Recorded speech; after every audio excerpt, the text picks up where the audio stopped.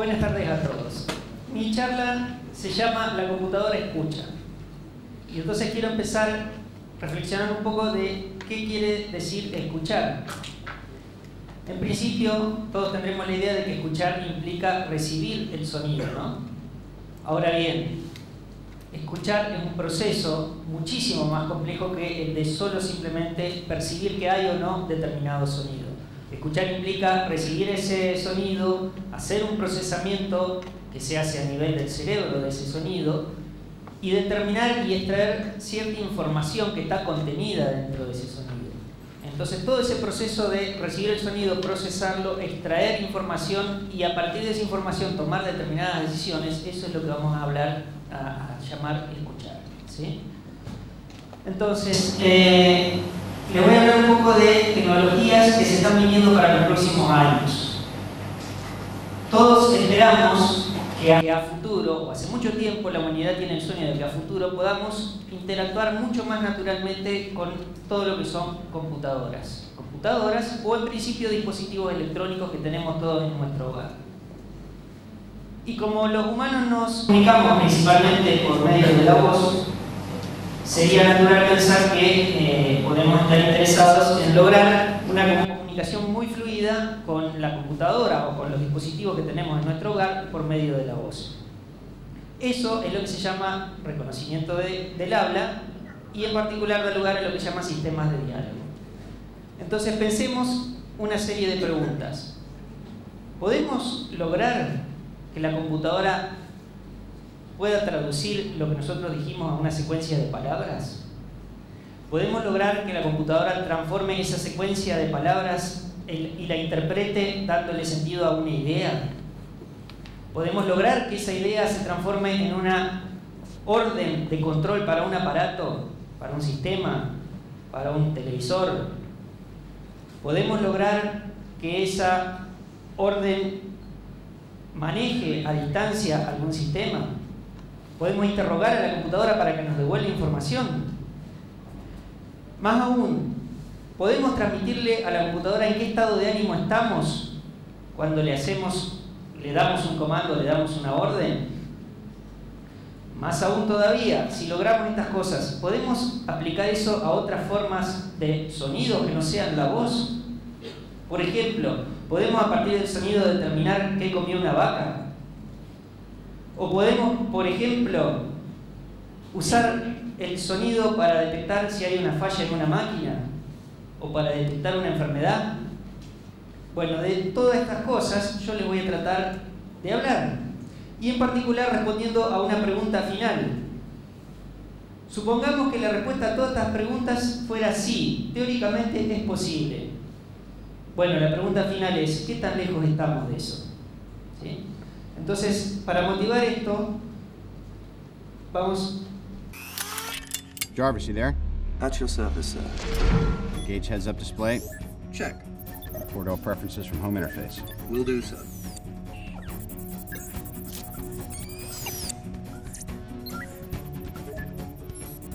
All right, what do you say? I have indeed been uploaded, sir. We're online and ready. We start the virtual walk-around. Importing preferences and calibrating virtual environment.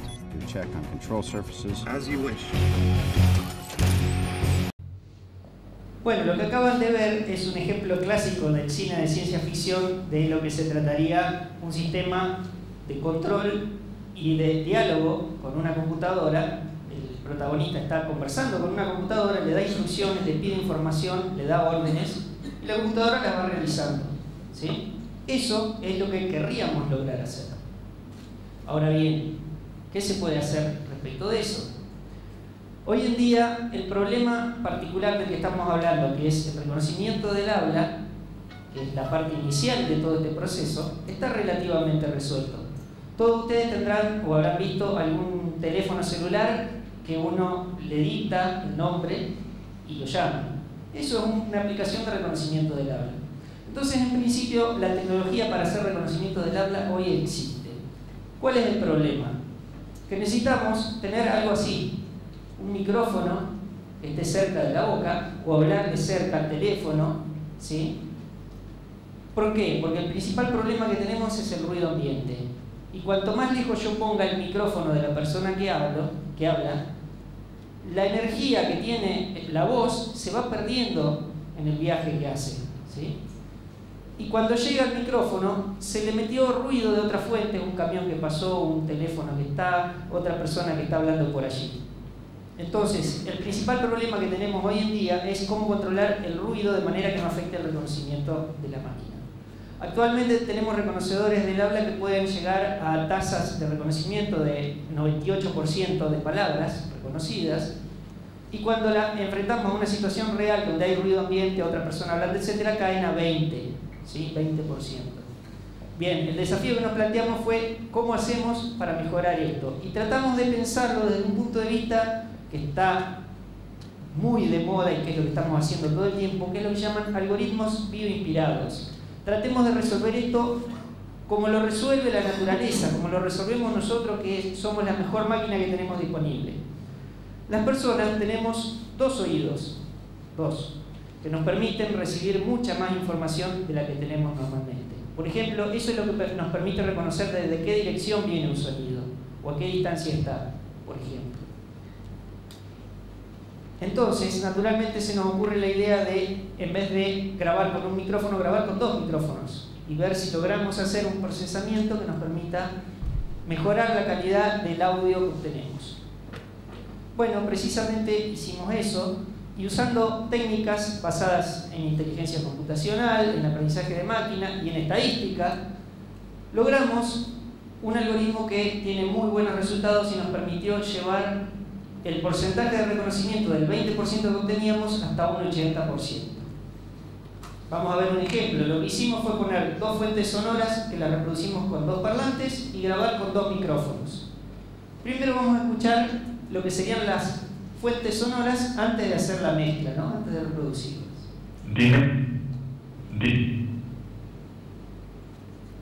¿Cómo se llama el mar que baña Valencia? Esa es una de las fuentes. Dime el número de ríos que desembocan en el Mediterráneo. Estas dos fuentes las reprodujimos con parlantes y las grabamos con dos micrófonos, que son los que van a escuchar ahora. ¿Cómo se llama el mar que baña que desembocan en el Mediterráneo? ¿Cómo se llama el mar que baña Valencia? Desembocan en el Mediterráneo. Si bien suenan prácticamente idénticas, esas dos voces que contienen las dos señales a la vez tienen sus diferencias importantes que hacen que son las que nos permiten a nosotros poder separarlas y lograr lo siguiente. ¿Cómo se llama el mar que baña Valencia? Dime el número de ríos que desembocan en el Mediterráneo. Como vieron, prácticamente la voz competidora prácticamente desapareció, si bien de fondo se escuchaba un poquito, ¿sí? Eso nos ha permitido lograr muy buenos resultados. Bien, con este tipo de sistemas podríamos apuntar a tener, por ejemplo, control remoto de un televisor. Precisamente este problema surgió en ese contexto, cuando yo estaba trabajando en una universidad de Japón, y los japoneses estaban interesados precisamente en esa aplicación, control remoto de televisores por medio de la voz. Pero bueno, pasemos a otro tema. ¿Podemos pensar que además de transmitirle un comando, le pueda transmitir mi estado de ánimo? Si yo estoy controlando las luces de la casa, ¿puede a la vez la casa detectar de que estoy enojado y ponerme una música relajante? Veamos. Respond. What does this action signify? As you entered, when you looked at the other human, what does it mean? It's a sign of trust. It's a human thing. You wouldn't understand. My father tried to teach me human emotions. They are difficult. You mean your designer? Bien, lo que vamos a hablar entonces es del reconocimiento de emociones. Y para esto lo primero que tenemos que hacer es poner una actividad como son las emociones en la voz. Y para eso vamos a ver unos ejemplos. Domicilio Federico Lacroce, 1612, Capital. Creo que todos estarán de acuerdo en que ese es un texto que fue emitido sin manifestar una emoción en particular. Es un caso de emoción neutra, que se llama. ¡Qué increíble! ¡Pero sí! Ah, no te puedo creer, pero está bárbara. Parece que estaba contento el muchacho, tal vez. ¿Eh? ¿Por qué no haces memoria si cuando me preguntan yo puedo contestar con un nombre y un apellido? Bueno, ahí evidentemente parece sonar bastante efusivo y enojado, ¿no? Bien, esto que tal vez a todos ustedes les pareció bastante obvio, para la computadora no es así, ¿sí? Entonces, lo primero que hicimos fue ponernos a estudiar muchas horas de audio de una base grande de datos, de precisamente actores, y bueno, que sabíamos que estaban tratando de expresar determinada emoción, y tratar de estudiar qué tan parecidas son. ¿Por qué nos interesa estudiar que son parecidas? Bueno, por ejemplo, la teoría nos dice que las emociones son como los colores. ¿Vieron el modelo de colores primarios, que tenemos colores básicos y al mezclarlos generan nuevos colores? Bueno, las emociones serían algo parecido. Hay 6 emociones básicas a las que se le suma la no emoción, o sea, el estado neutro que veíamos recién, y el resto de las emociones se produce por una combinación de estas, ¿sí? Y en ese modelo, lo que se supone, por ejemplo, es que emociones tales como el enojo y la alegría serían muy distintas. Esto es importante para un clasificador de emociones. ¿Por qué? Porque cosas que son muy distintas son fáciles de clasificar, ¿sí? Y bueno, lo que hicimos fue usar un método automático de reconocimiento de patrones y de agrupamiento para determinar realmente si la evidencia acústica que teníamos de las emociones era parecida o no para las distintas emociones. Y lo que encontramos fue totalmente lo opuesto. Encontramos, por ejemplo, que la alegría y el enojo son muy parecidas, mientras que otras son muy distintas. Y que había grupos que eran muy parecidos entre sí, pero distintos de otros que estaban en otro grupo. Y entonces aquí metimos de nuevo esta idea de algoritmo bioinspirado. ¿Por qué? Porque cuando nosotros tenemos un problema muy complejo, ¿qué hacemos? Lo rompemos en problemas más sencillos. Hicimos eso. Dijimos, en vez de clasificar un clasificador que trate de clasificar las 6 emociones más el estado neutro todo a la vez, no, hagamos un primer clasificador que logre distinguir estos grupos de las que son parecidas entre sí, y luego cada grupo clasifiquémoslo con otro especializado en esas emociones. Eso es lo que se llama un clasificador jerárquico. Aplicamos esta idea y logramos llevar la tasa de reconocimiento hasta ese momento con los sistemas del estado del arte, que estaba en el orden del 60%, por encima del 70% de reconocimiento. Lo cual, si bien nos deja todavía un poco lejos de lo que quisiéramos para tener un sistema funcionando, es un avance muy importante para poder acercarnos un pasito más hacia ese gran objetivo de tener sistemas que entiendan no solo lo que decimos, sino también cómo lo estamos diciendo. Pero bien, yo les dije que también nos interesaba ver si podemos aplicar las mismas técnicas a otras cosas, ¿sí? Bueno, les voy a tirar un par de ejemplitos. Podríamos pensar que el primer caso que les di de separación de fuentes sonoras se aplica solo a habla. No necesariamente. Imagínense que tenemos una fábrica donde hay muchos motores rotativos funcionando. Un par de motores que rotan y cada motor hace su ruido particular. Imagínense que yo grabo eso y logro de alguna manera separarlas y obtener los ruidos que hace cada motor por separado. Eso me va a permitir que, por ejemplo, bueno, analizar el sonido de uno de los motores y determinar cuándo cambió ese sonido y detectar que ese motor está fallando. Esa es una aplicación de la primera técnica que les expliqué. O puedo agarrar y grabar el ruido que hace una vaca cuando come, ¿sí? Y usar las mismas técnicas que usaba para el reconocimiento del habla y saber qué está comiendo y cuánto.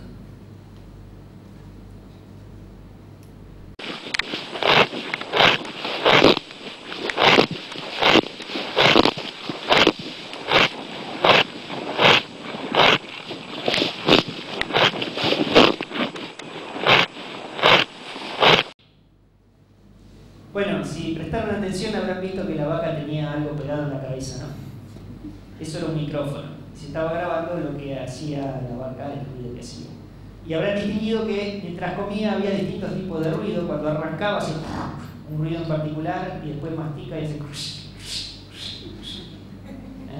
Bueno, el objetivo es poder clasificar, detectar, distinguir entre esos tipos de ruidos diferentes. ¿Por qué? ¿Por qué nos interesa esto? ¿Para qué sirve?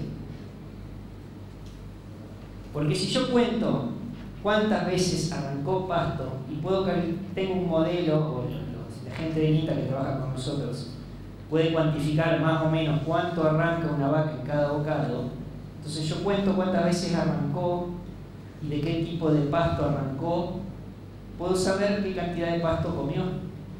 ¿Sí? Bueno, la gente del INTA aparte hace un trabajo ahí donde le pone una especie de pañal a la vaca y cuenta cuánto sale, entonces sabe cuánto entró, sabe cuánto sale, sabe cuánto se alimentó esa vaca todo el día. Y eso es fundamental para la cría de vacas. Para nuestro país, digamos que es claro, ¿no? Bien, y les comento así muy rápido, otra aplicación en la que estamos empezando a trabajar. Tenemos una enfermedad que se llama síndrome de apneas obstructivas del sueño, en la cual uno deja de respirar de noche y por lo tanto se despierta y no descansa. Es muy difícil el diagnóstico de esta enfermedad y requiere que uno duerma toda la noche en el hospital, cableado entero y haciéndole un estudio muy complejo y caro. ¿Sí? Queremos detectarlo más fácil. Y tenemos evidencia de que esta gente que sufre de este síndrome, cuando habla distinto. Se producen modificaciones en su voz. Entonces estamos comenzando a estudiar cómo hacemos para detectar si está el síndrome a partir de la voz de las personas. Para terminar, bueno, les quiero comentar que esto es toda tecnología que hemos desarrollado. Cuando digo nosotros, estoy hablando de la gente que trabaja en el Centro de Investigaciones en Señales, Sistemas e Inteligencia Computacional, que es donde trabajo, que es toda tecnología argentina de primer nivel y la van a ver en las noticias de acá a 5 o 10 años, y que espero que cuando escuchen en las noticias que dicen, tenemos reconocedor, ¿verdad? Digan, eso donde yo vivo lo hacen. Gracias.